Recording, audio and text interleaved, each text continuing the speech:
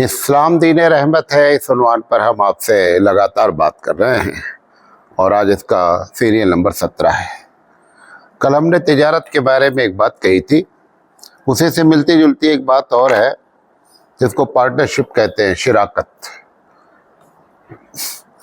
दुनिया वाले शराकत कैसे करते हैं कि आपका माल लगेगा, हमारा भी माल लगेगा, दोनों मिलकर मेहनत करेंगे और अगर फ़ायदा होगा तो दोनों आदमी बराबर बराबर बांट लेंगे और अगर नुकसान होगा तो भी बराबर बराबर बांट लेंगे।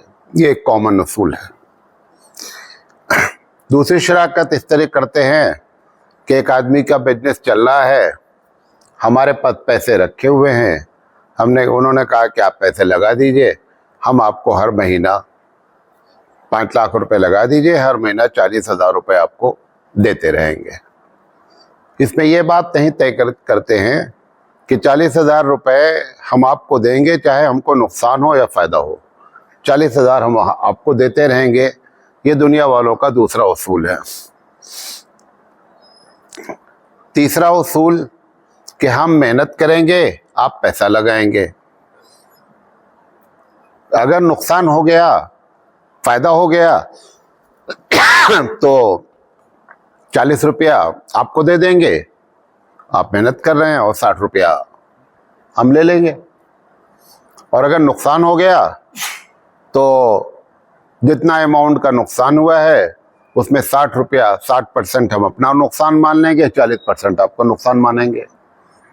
ये 3 तरीके से दुनिया करती है। इस्लाम ने इसमें रहमत का मामला क्या निकाला, गौर से सुने। अगर एक आदमी ने पैसा लगाया और दूसरे ने मेहनत लगाई, पैसा एक ने लगाया, अगर नुकसान हुआ तो पैसे वाले का पैसा गया और मेहनत वाले की मेहनत गई। आप उसके ऊपर 40% क्यों नुकसान का पैसा लगा रहे हैं कि आप 40% भरिए? आपने 10 लाख रुपए लगा करके तिजारत की और तिजारत करने के बाद मैंने मेहनत की जैसी मेहनत करनी चाहिए, साल भर मेहनत करता रहा, आखिर में जब रिजल्ट निकला तो पता चला कि 1 पैसे का फ़ायदा नहीं हुआ। 1 पैसे का फ़ायदा नहीं हुआ तो उसका पैसा वैसे ही बरकरार रहा या पैसा और कम हो गया, दोनों चांस हो सकते। मेरा नुकसान क्या हुआ कि साल भर हमारी मेहनत डूब गई। तो मज़ीद इसको जो है ना, पैसे का नुकसान इस्लाम नहीं बोलता है कि आप मेहनत भी आपकी डूबे और आप 40% नुकसान भी बर्दाश्त करें, नहीं पैसा भी अपनी जेब से निकाल कर किसको दें, असल मालिक को दें। ये इस्लाम के उसूल के खिलाफ है। ये उसने रहमत दुनिया वालों को बताई कि नहीं, जिसने पैसा लगाया उसका पैसा डूबा, जिसने मेहनत लगाई उसकी मेहनत डूबी। नंबर 2, दूसरी चीज़ जो उसने ये जो इसी सिस्टम से सारी दुनिया चला रहे हैं। आपके हुबली में भी बेशुमार लोग ऐसे हैं कि पैसा रखे हुए हैं, एक आदमी मेहनत कर रहा है, ख़ासकर सीज़न वगैरह, होली, दिवाली, ईद वगैरह में पैसा दे देते हैं और देने के बाद तय हो जाता है कि 5 लाख रुपया दिया हूँ और 3 महीने के लिए आपको दिया हूँ, और उसने बता दिया कि 40,000 रुपये के लिहाज से हम क्या करेंगे, आपको फ़ायदा दे देंगे। तो भाई आज 5 लाख हमने दिया और 3 महीने में 1,20,000 रुपये हमको क्या हो गए, मिल गए। गोया 6,20,000 रुपये हमारे पास आ गए। जब वो हिसाब करने बैठा बंदा जो मेहनत किया था तो पता चला कि उस जो फ़ायदा आया था सारा का सारा क्या हो गया, चला गया। इस्लाम इसको कतई पसंद नहीं करता है। इस्लाम क्या बोलता है कि आपने पैसा लगाया है, आप पैसा लगाने के बाद आप ये तय कर लें उससे, जो असल बंदा जो तिजारत सिट किए बैठा हुआ है, कि आप मेहनत कर रहे हैं, मैं पैसा लगा रहा हूँ, 3 महीने के अंदर जो फ़ायदा होगा, 4 महीने के अंदर जो फ़ायदा होगा, साल भर में जो फ़ायदा होगा, जो भी तय कर ले, जो फ़ायदा होगा उसमें हम लोग दोनों क्या हो जाएंगे, बराबर के शरीक हो जाएंगे। और अगर नुकसान हो जाएगा तो मैंने पैसा लगाया है, मेरा नुकसान होगा, तुम्हारी मेहनत नुकसान होगी। बात मेरी समझे? ये जो फिक्स किया गया परसेंटेज कि 40% हम हर हाल में आपसे लेंगे, ये किसे मालूम है कि 4 महीने में 40% नहीं, ये जो फिक्स किया गया कि 40,000 रुपये हम हर महीना लेंगे, ये किसे मालूम है कि हर महीना 40,000 रुपये हमको फ़ायदा होगा ही होगा। ये भी हो सकता है 2 लाख रुपए एक महीने में फायदा हो जाए तो भी इसका नुकसान हुआ। ऐसा नहीं करें, परसेंटेज के लिहाज से फिक्स किया जाए। फायदा होगा तो दोनों को फायदा होगा, नुकसान होगा तो दोनों को नुकसान होगा। ये इस्लाम ने एक इंट्रोडक्शन तिजारत के बारे में कराया, जिससे जो आज भी दुनिया इस पर अमल करने के लिए तैयार नहीं है, क्योंकि जो पैसे वाले लोग होते हैं वो चाहते हैं कि हमारा पैसा सिक्योर्ड रहे, ये नुकसान नहीं होना। इस्लाम चाहता है कि दोनों को नुकसान हो या दोनों को फायदा हो, एक को फायदा हो एक को नुकसान हो, ऐसी कोई पॉलिसी इस्लाम में नहीं है। बात मेरी समझे, ये एक बात थी। दूसरी चीज, अमानत। अमानत में क्या है कि मैंने आपके पास अपनी गाड़ी, जेवर, जो कुछ भी, ये समझते हुए अपने तौर पर मैं समझा कि आप अच्छे आदमी हैं और आपने हमारी अमानत को कहा ठीक है आप रखना चाहते हैं रख दीजिए, हम जैसे अपने घर का सामान हिफाजत करते हैं ऐसे आपके सामान की हिफाजत करेंगे। अब इत्तेफाक से सामान की हिफाजत वैसे ही की जा रही थी और सामान चोरी हो गया। अब सवाल ये है कि जिसके पास मोटरसाइकिल, कार, जेवर जो कुछ भी रखा गया था, तो वो उसका जुर्माना, दंड भरेगा, फाइन भरेगा या नहीं भरेगा? दुनिया वाले बोलते भरेगा, इस्लाम कहता है कतई नहीं भरेगा। हमने उसको शरीफ जान के रखा, इत्तेफाक ऐसा वो चोरी हो गया, वो क्या करे?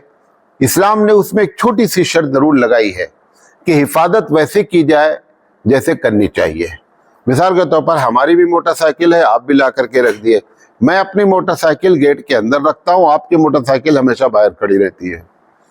अगर ऐसे में चोरी हुआ तब फिर मामला जमानत की बात होगी, लेकिन हमने वैसे हिफाजत की जैसे अपनी मोटरसाइकिल की और इत्तेफाक से तुम्हारी चोरी हो गई तो हमारे ऊपर कोई जिम्मेदारी। इस्लाम ने इसको रखा क्यों जिम्मा उसको, जमानत वाले को, कि अगर ये रख दिया जाए कि भैया जो अमानत रखेगा अगर वो नुकसान हो गया तो उसका आपको नुकसान भरना पड़ेगा, तो दुनिया का कोई आदमी किसी की अमानत रखेगा ही नहीं।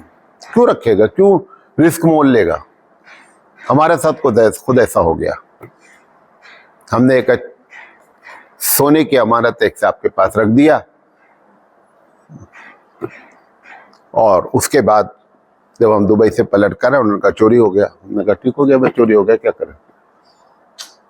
कोई हम एक पैसे का क्लेम शरई लिहाज से नहीं कर सके, और ना आपको बदगुमानी करनी चाहिए। ये भी आपको बता दें कि ये खा लिया होगा, क्योंकि वो ये एक अलग बात है कि अगर उसने ऐसा किया है तो एक बड़ा गुनाह किया है, क्योंकि हमारे विश्वास को क्या किया है? विश्वासघात किया है।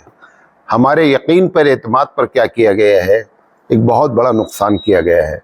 तो ये एक बड़ा नुकसान है, लेकिन हमको चाहिए कि हमने जब उसके ऊपर यकीन किया है तो हम यकीन से ये बात समझते रहें कि जो कुछ हुआ होगा हो गया, मेरी किस्मत में यही लिखा था कि मेरा सोना, मेरा पैसा चला जाए, मेरा पैसा चला गया।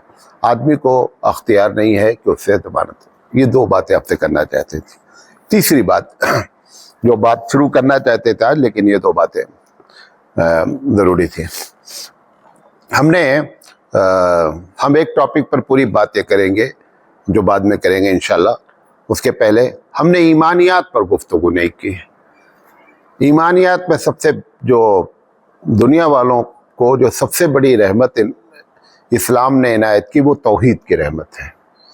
सारी दुनिया आज भी और हमेशा से, शिर्क इतना बड़ा एक मसला है, इतना बड़ा एक मसला है कि जितने लोग शिर्क से बेदार हो करके कोई तहरीक उठाते हैं, उनके मानने वाले कुछ दिन उसी शिर्क में मुब्तला हो जाते हैं।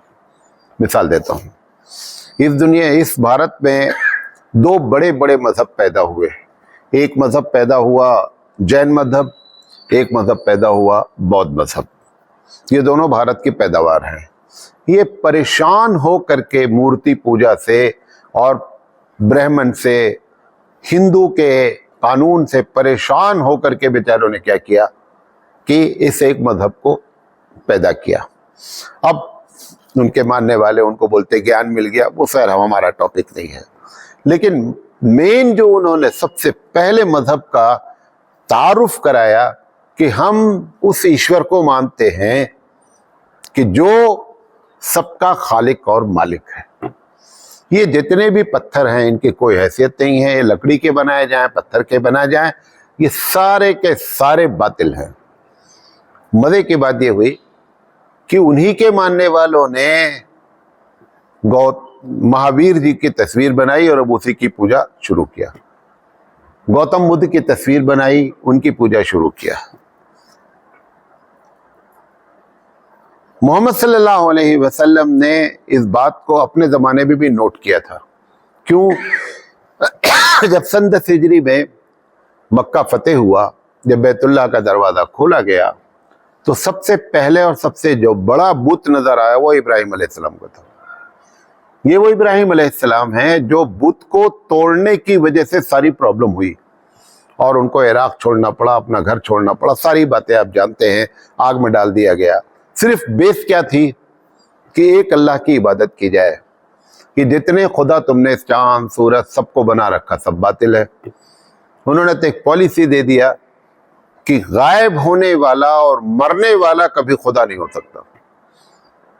फलम्मा आफलत, जब गायब हो गया, क्या? सूरज गायब हो गया, चांद गायब हो गया। फलम्मा आफला, चांद के बारे में, सितारे के बारे में, सूरज के बारे में जो बुनियादी पॉलिसी इब्राहिम अलैहिस्सलाम ने बयान किया कि मरने वाला कभी भी खुदा नहीं हो सकता, ये एक बड़ी बात कह दिया इब्राहिम अलैहिस्सलाम ने। हम उसी को बेस बनाते हैं। पैदा होने वाला और मरने वाला कभी भी खुदा नहीं हो सकता, इसको नोट कर लें। आज की डेट तमिलनाडु में एक मिनिस्टर ने तकरीर करते हुए कह दिया, क्या कह दिया? कि रामचंद्र जी, जिस पर इतना बड़ा हंगामा पूरे भारत में किए हुए हैं, रामचंद्र जी कोई आदमी थे भी या नहीं थे, इसका कोई ऐतिहासिक सबूत नहीं है। चलो, उसके बाद उसने एक जुमला और कहा। उसने कहा अगर वो अवतार हैं तो मरे कैसे, और अगर अवतार हैं तो उनके अम्मा अब्बा कैसे हैं? क्योंकि जिनके अम्मा अब्बा हैं वो कभी भी खुदा नहीं हो सकते। हमारे नबी करीम सल्लल्लाहु अलैहि वसल्लम ने भी अपने बारे में क्या कहा कि लोगों, मेरे नसब नामे को याद रखना। ये क्यों नसब नामा याद कराया जा रहा है? कि कभी कंफ्यूज नहीं होना कि मैं खुदा हूं, कभी नहीं। आपने फरमाया मेरा नसब नामा याद रखो, मेरे बाप का नाम क्या है, मेरे दादा का नाम क्या है, मेरे नाना का नाम क्या है। ये याद रखने से मालूम होगा कि मैं इंसान से पैदा हुआ एक शख्स हूं, मैं खुदा नहीं हूं। और उसके बाद आपने ये हदीस में बयान फरमाई कि लोगों, मुझे मेरी कब्र को बुत खाना नहीं बनाना। फिर आपने फरमाया ला तजलू कब्री ईदन, और मेरी कब्र पर कभी भी मेला नहीं लगाना, उर्स नहीं होना चाहिए। क्यों? क्योंकि आपको ये बात मालूम थी कि जब इब्राहिम का बुत देखा गया अलैहिस्सलाम का, इस्माइल का देखा गया, तो आपको भी ये शक हुआ कि हमारी उम्मत भी यही करेगी, और उम्मत ने करना शुरू कर दिया है। 8-10 साल के बाद आपको नजर आने लगेगा, अभी नजर आ रहा है, अभी 12 रबीउल अव्वल आएगा, देख लीजिएगा। मैं पिछली मरतबा रबीउल अव्वल के मौके पे गालिबुल मोहम्मद था, तो गलियों में, जैसे ये मेन रोड है, मेन रोड से गलियां जा रही हैं, हर गली पे अहलन व सहलन या रसूल अल्लाह, अहलन व सहलन या रसूल अल्लाह।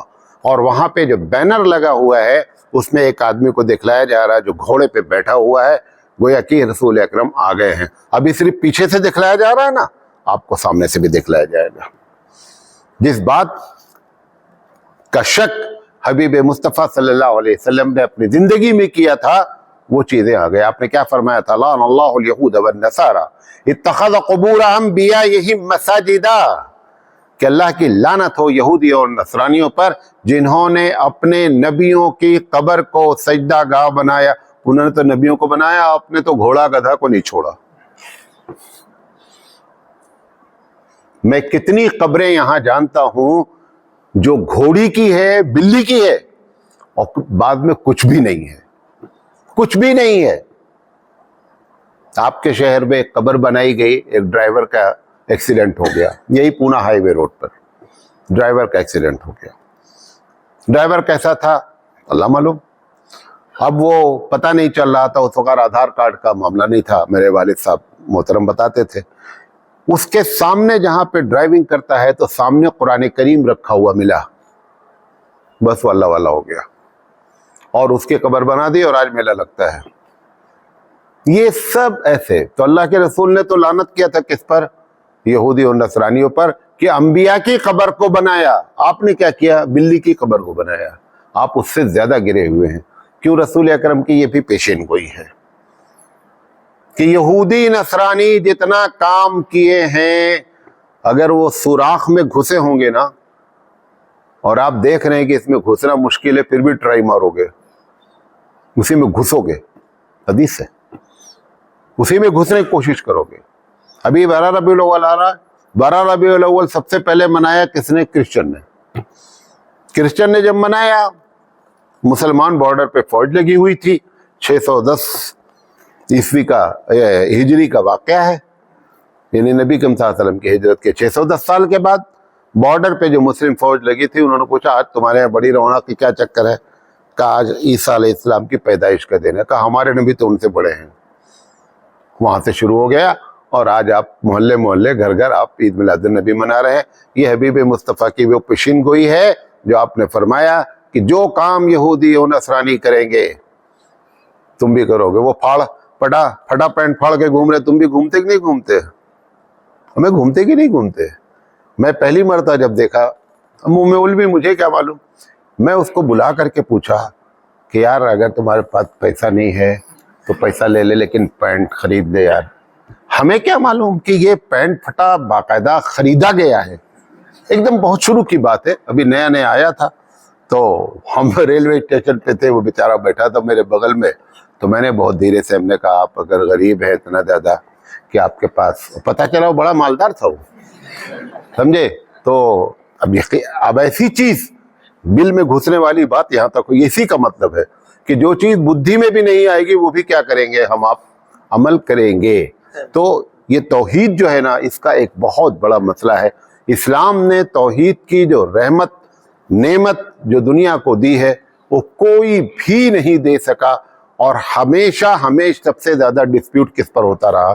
توحید پر ہوتا رہا۔ انشاءاللہ زندگی رہی کہ توحید کو کیسے اس نے نکھار کر پیش کیا، لیکن آخر میں مجھے افسوس کے ساتھ یہ بھی کہنا پڑے گا، ابھی بھی کہہ رہا ہوں، کہ جس چیز پر ہم کو فخر تھا، ناز تھا کہ ہم صرف ایک اللہ کے پجاری ہیں، ایک اللہ کی عبادت کرنے والے ہیں، اب وہ جملہ کہتے ہوئے آنکھیں بند کر کے، سر جھکا کر کے کہنا پڑتا ہے۔ ہم سینہ تان کے یہ بات کہنے کی پوزیشن میں نہیں رہ گئے، ہم کو لوگوں نے نہیں رکھا ہے کہ ہم سینہ تان کے کہیں۔ کوئی گاؤں کرناٹک کا نہیں ہے، کوئی گاؤں مسلمان نہیں ہے، یہاں اتنے بچے بیٹھے ہوئے ہیں، ہر گاؤں میں عاشورہ خانہ ہے، ہر گاؤں میں پنجہ بیٹھالا جاتا ہے، ہر گاؤں کے لوگ ہاتھ میں پیر میں مختلف قسم کے دھاگے باندھتے ہیں، حالانکہ ان سب کا اسلام سے کیا تعلق ہے؟ کچھ بھی نہیں تعلق ہے۔ اس کے باوجود بھی اسی توحید کے خلاف یہ ساری چیزیں ہوئیں۔ بہرحال اسلام نے توحید کی بات کی تھی، انشاءاللہ زندگی رہی تو ہم آگے بات کریں گے۔ اللہ تعالیٰ سے دعا ہے کہ اللہ تعالیٰ کہنے سے زیادہ عمل کرنے کی توفیق عطا فرمائے۔